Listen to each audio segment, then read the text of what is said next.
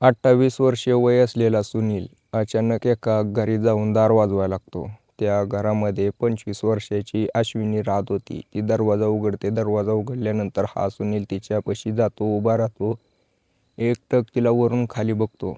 ज्या वेळेला तिच्या शरीराकडे बघत होता असं वाटत होतं की काय एक परी असल्यासारखी वाटत होती. एकदम अशी दिसायला सुंदर असलेली तिची ती आकार बसलेली कंबर, तिची ती फुगलेली छाती, तिचं ते मागचं बाहेर आलेली डिकी, म्हणजे पूर्ण असं शरीर होतं की जसं काय तोंडाला पाणी सुटेल. सुनीलच्या पण तोंडाला पाणी सुटलं. सुनीलने तिला उचललं, तोंडात तोंड मिळवून किस करत करत तिच्या बेडरूममध्ये नेऊन तिला पाडलं. त्या ठिकाणी ढकललं, तिला खाली ढकलून दिलं आणि ज्या वेळेला तिचं पाय वर केले, तिचे ते आतलं जे सामान आहे ते बघितलं. त्यावेळेला त्याला राहवलं नाही. साडी काढली, ब्लाऊज काढला आणि तिच्यासोबत करायला चालू केलं. 2 मिनटं झाली, 5 मिनटं झाली, 10 मिनटं झाली, अर्धा तास चालला हा सगळा खेळ. याच्यानंतर सुनील एकदा तिच्याकडे बघतो, हसतो आणि म्हणतो की तुझं तर 4 महिन्यापूर्वी लग्न झालं आहे ना, आणि उलट तुझं तर लव्ह मॅरेज आहे, तरी तू माझ्यासोबत असं का केलं? मला का करू दिलं? गेल्या 1 महिन्यापासून आपण दोघं करतो. तुझा ज्या वेळेला पती घरी नसेल त्यावेळेला काय कारण आहे? त्यावेळेला ती त्याला म्हणते की अश्विनी, तुला काय करायचं आहे? तू फक्त आंबं खायचं काम कर ना, त्याच्या कोया का मापतोय? त्यावेळेला सुनील म्हणला, सगळं बरोबर आहे, पण माझ्या डोक्यात प्रश्न आला होता म्हणून विचारला. ती म्हणली, प्रश्न वगैरे काही विचारू नको, तुला नसेल करायचं जा इथून. माझ्यापाशी असे हजारो लोक आहेत जी माझ्या शरीराच्या मागं आहेत. आता हे सगळं ऐकल्यानंतर सुनील अजून एकदा तिला मिठीत घेतो आणि तिच्यासोबत पुन्हा तेच करतो जे की त्याने सुरुवातीला केलं होतं. ज्या वेळेला या दोघांची पण आत्मसंतुष्टी होते त्यावेळेला तो सुनील तिथून निघून जातो. तर मित्रांनो, 4 महिन्यापूर्वीच लव्ह मॅरेज झालेली ही अश्विनी तिच्या पतीसोबत असं का धोका देत होती? प्रियकरासोबत संबंध बनवायची. तिच्यासोबत असं काही घडतं पुढे जे की कुणी विचार पण केला नसेल. तर काय आहे पूर्ण गोष्ट जाणून घ्यायची असेल व्हिडिओ शेवटपर्यंत बघा. खास करून तुम्ही लग्नाचा विचार करत असाल तर नक्की व्हिडिओ बघा. तर चला सुरुवात करू व्हिडिओला.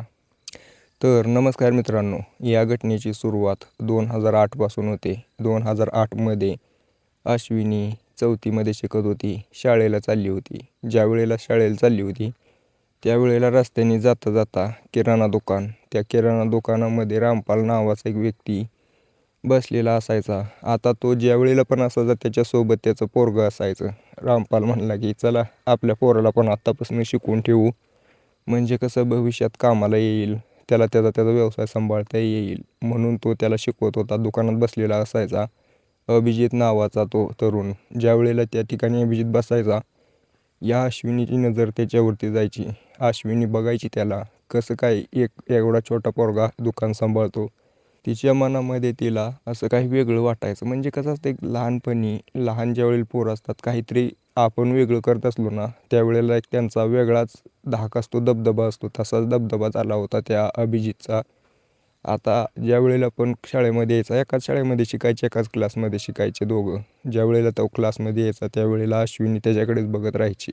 ज्या वेळेला हे सगळं चालू होतं, दिवसामागे दिवस जात 8वीत आले, 9वीत आले. आता हे दोघं पण थोडे जवानीच्या उंबरठ्यावर आले होते. दोघांना पण त्या गोष्टी सगळ्या समजायला लागल्या होत्या. प्रेम काय असतं हे पण समजायला लागलं होतं. त्यामुळे हे दोघं आता एवढं दोघाकडे बघत होते एकमेकाकडे. जर कोणी एकमेकाकडे एवढं बघितलं असतं तर एकमेकाला नजर लागून ते खराब झालं असतं. असल्या बेकार नजरेने बघायचे. शिक्षकांच्या लक्षात द्यायची गोष्ट, एकमेकाला ते सांगायचे की नका असं करू, तुमचं वय नाही बाळांनो, पुढे गेल्यावर असं करा, वय ज्या वेळेला होईल. पण हे काय ऐकणार होते काय? हे दोघं आपापल्या हिशोबाने चालायचे. काहीच दिवसानंतर दिवाळीची सुट्टी लागली. आता हा अभिजित त्याच्या मामाच्या गावाला गेला. अश्विनीला आता त्याला बघण्याची सवय लागली, एवढी लागली होती तिला राहवलं नाही. भरपूर दिवस तो दुकानामध्ये दिसला नाही. त्यामुळे ती आता कावरी बावरी व्हायला लागली. ज्या वेळेला शाळा चालू झाली, अभिजित आला त्यावेळेला तिने कानाखाली लावली आणि म्हणली, मला सोडून कुठे गेलता? तो म्हटला, माझा काय संबंध तुला सांगायचा? ती म्हणली, संबंध आहे, माझं तुझ्यावरती प्रेम आहे. आता या वेळेपासून अभिजित आणि अश्विनी सोबतच राहायला लागली होती. सगळ्या स्कूलला माहिती झालं होतं की हे दोघं प्रेम करतात आणि पुढे चालून लग्न करणार आहेत. या दोघांनी पण एकमेकाला वचन दिलं होतं, आपण लग्न करू. दोघांचं मस्त चालू होतं. 10वी झाली, 11वी 12वी झाली. दोघांनी एकाच कॉलेजमध्ये इंजिनिअरिंगसाठी ॲडमिशन घेतलं. इंजिनिअरिंग पण पूर्ण केली. आता ऑफिसमध्ये कामं लागली. कामं लागल्यानंतर भरपूर प्रमाणामध्ये या दोघांच्या हातात पैसा यायला लागला. दोघं पण आता ऐयशी करायला लागले. त्यातच या अभिजितला दारू पिण्याची लत लागली. दारू एवढी प्यायला लागला की त्याला कसलंही होश राहीना. पण ही जी अश्विनी होती याच्यावरती जीवापाड प्रेम करत होती. ती म्हटली मी याला सोडू शकत नाही. तिने अभिजितला समजवायचा खूप प्रयत्न केला, पण तो काय समजणाऱ्या माणसातला नव्हता. तो आता माणूस नाही तर एक जनावर बनून गेला होता. काही समजत नव्हतं. त्यावेळेला अश्विनी तिच्या घरच्याला म्हणते की मला अभिजितसोबत लग्न करायचं आहे. त्याच्या घरचे म्हणतात की येडी झाली काय तू, या बेवड्यासोबत ये तुला कसं सांभाळेल. ती म्हणली मला काय माहीत नाही, मला याला सांभाळायचं आहे तर याच्यासोबत मला करायचंच आहे. घरचे तिच्या हट्टापुढे काहीच करू शकले नाहीत आणि या दोघांचं लग्न लावून दिलं. ज्या वेळेला लग्न झालं, आता अश्विनी या अभिजितच्या घरी आली. अभिजित कायम दारूमध्ये भंडा असायचा. अश्विनीने तिच्या घरच्यांसोबत सासू सासरा यांच्यासोबत समजून घेतलं. सकाळी ऑफिसला जायची आधी दुकानामध्ये बसायची, दुकानातला व्यवसाय करायची, नंतर ऑफिसला जायची. अभिजित दारू प्यायचा, कधी ऑफिसला जायचा, कधी नाही, सुट्टी घ्यायचा. 10-15 दिवसात महिन्यातच त्याने त्याचा जॉब सोडून दिला, कारण आता त्याची पत्नी कमवत होती. हा तिच्या पैशावरती बसून खायचा. अश्विनीला काहीच अडचण नव्हती, कारण भरपूर दिवसाचं 15, 10, 12 वर्षाचं प्रेम ती त्याला समजून घेतच होती. पण याचं आता जास्तच व्हायला लागलं होतं. आता ही पण काय करू शकत नव्हती. बरं ठीक आहे सगळं होतं, पण ही आता अश्विनीसोबत संबंध पण बनवत नव्हता, कमी करायचा. त्याला त्याचं सुचत नव्हतं, एवढी दारू पित होता, कसं करणार. आता ही अश्विनी सगळं करायची, पण तिला इमोशनल सपोर्ट, तिला शारीरिक सपोर्ट भेटत नव्हता. त्यामुळे आता ही नाराज राहायला लागली होती. अश्विनी सकाळी 8-9 वाजेपर्यंत ज्या वेळेला दुकानात बसायची त्यावेळेला त्या ठिकाणी अश्विनी ऑफिसला जायच्या अगोदर ज्या दुकानामध्ये बसायची ना, त्या दुकानामध्ये 27 वर्षाचा सुनील नावाचा एक त्या ठिकाणी तरुण पण यायचा. दुकानामध्ये बाजार घेण्यासाठी, सिगरेट घेण्यासाठी. हा जो तरुण होता UPSC MPSCची तयारी करायच्या त्या ठिकाणीच कोचिंगची क्लासेस होते त्यांच्या दुकानाच्या शेजारी. त्यामुळे त्याचं तिथं येणं जाणं रेग्युलर असायचं. ज्यावेळेला पण हा अश्विनीला बघायचा त्यावेळेला तिचा पडलेला चेहरा, उतरलेला चेहरा बघून त्याला काहीतरी तिच्या मनामध्ये जाणवायचं, काहीतरी कमी पडते, काहीतरी विषय आहे.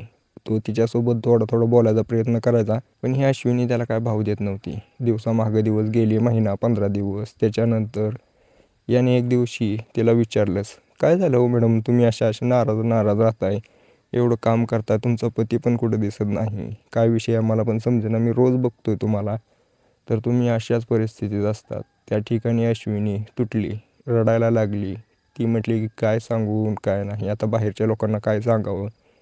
असं म्हटल्यानंतर याच्या लक्षात आले की मोठा घोटाळा आहे.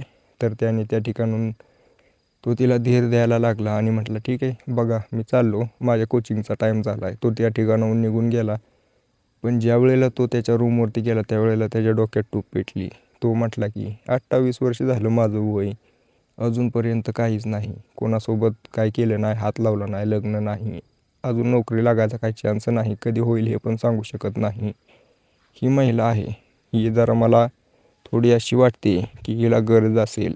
हिला जर मी पटवलं, माझी पैशाची तंगी पण दूर होईल आणि मला जे हवं ते बी भेटेल. असा विचार करून या अनिलने त्या अश्विनीसोबत जवळीक साधायचा प्रयत्न केला. ज्या वेळेला पण हा अश्विनीला बघायचा, तिच्यासोबत चांगल्या पद्धतीने बोलायचा, असं काही बोलायचा. काही दिवसानंतर याच्या बोलण्याला ऐकून अश्विनी आता याच्या प्रेमात पडली होती. अश्विनी आता अनिलच्या जवळ आली. ज्या वेळेला पण जवळ आली त्यावेळेला या दोघांमध्ये चालणं बोलणं प्रेम वाढलं. अश्विनीचा पती जो होता अभिजित बाहेर गेला. त्याच्या घरचे पण लग्नाच्या निमित्तानं कार्यक्रम होता तिकडे गेले होते. एकटीच घरी होती. नेमकं त्यावेळेला हा तिथं अनिल आला. अनिल तिथं आला की अश्विनी म्हणली की थोडं दुकानात या ना, काम आहे. दुकानामधून त्यांच्या घरामध्ये जाणारा रस्ता होता. शटर डाऊन केलं, घरामध्ये घेऊन गेली बेडवरती आणि त्याच्यासोबत संबंध करायला लागली. आता हेच पाहिजे होतं त्या अनिलला, ते की मिळालं त्याला. या सगळ्या गोष्टी बघून तो भारावून गेला. आता चांगल्या पद्धतीने अश्विनीसोबत वागला आणि पुढे ज्या वेळेला पण चान्स भेटेल त्यावेळेला तिच्यासोबत संबंध करू लागला. दिवसामागे दिवस जात होते. काही दिवस गेल्यानंतर हा अभिजित काही दिवस गेल्यानंतर हा तिला विचारतोच की तू असं का करते, तुझं लव्ह मॅरेज असून तू माझ्यासोबत करते. त्यावेळेला तिने पूर्ण कथा सांगितली. या अनिलला समजलं की वेगळाच मॅटर आहे. आपल्याला जर हे कंटिन्यू करायचं असेल तर हिला त्याच्या पती अभिजितपासून तोडावं लागेल. त्याने तेच चालू केलं. आता अभिजितच्या विरोधात तिला बोलायला चालू केलं. हिच्याही मनात पहिल्यापासून राग होता. अश्विनीने पण अभिजितच्या विरोधात ऐकून घेतलं आणि तसंच वागायला लागली. आता काही दिवसानंतर ती अश्विनी अभिजितला म्हणते की मला तुझा डिवोर्स द्यायचा आहे, मला नाही तुझ्यासोबत राहणं होत, तू दारू पितोय. तो पण तयार झाला, त्याला दारू सोडणे झाले नाही. ज्यावेळेला या दोघांची केस कोर्टामध्ये गेली, कोर्टामध्ये गेल्यानंतर ही बातमी बाहेर आली. पण मित्रांनो, पुढे असं काही घडलं की या अभिजितने अश्विनीला डिवोर्स दिला. डिवोर्स दिल्यानंतर हा जो अनिल आहे यानेही तिला नकार दिला स्वीकार करण्यासाठी. तर आता ही अश्विनी जी आहे एकटी पडली. यामुळे या अश्विनीने काही दिवसात कंटाळून स्वतःचे जीवन संपवले. अश्विनी ना इकडची राहिली ना तिकडची राहिली. तिच्या हव्यासापोटी किंवा तिच्या हवस भागवण्याच्या नादामध्ये ती स्वतःचं जीवन संपवून बसली. तुम्हाला याच्याबद्दल काय वाटतं मला कमेंट करून नक्की सांगा. व्हिडिओ आवडला असेल तर लाईक नक्की करा. उद्याचा व्हिडिओ नक्की बघा.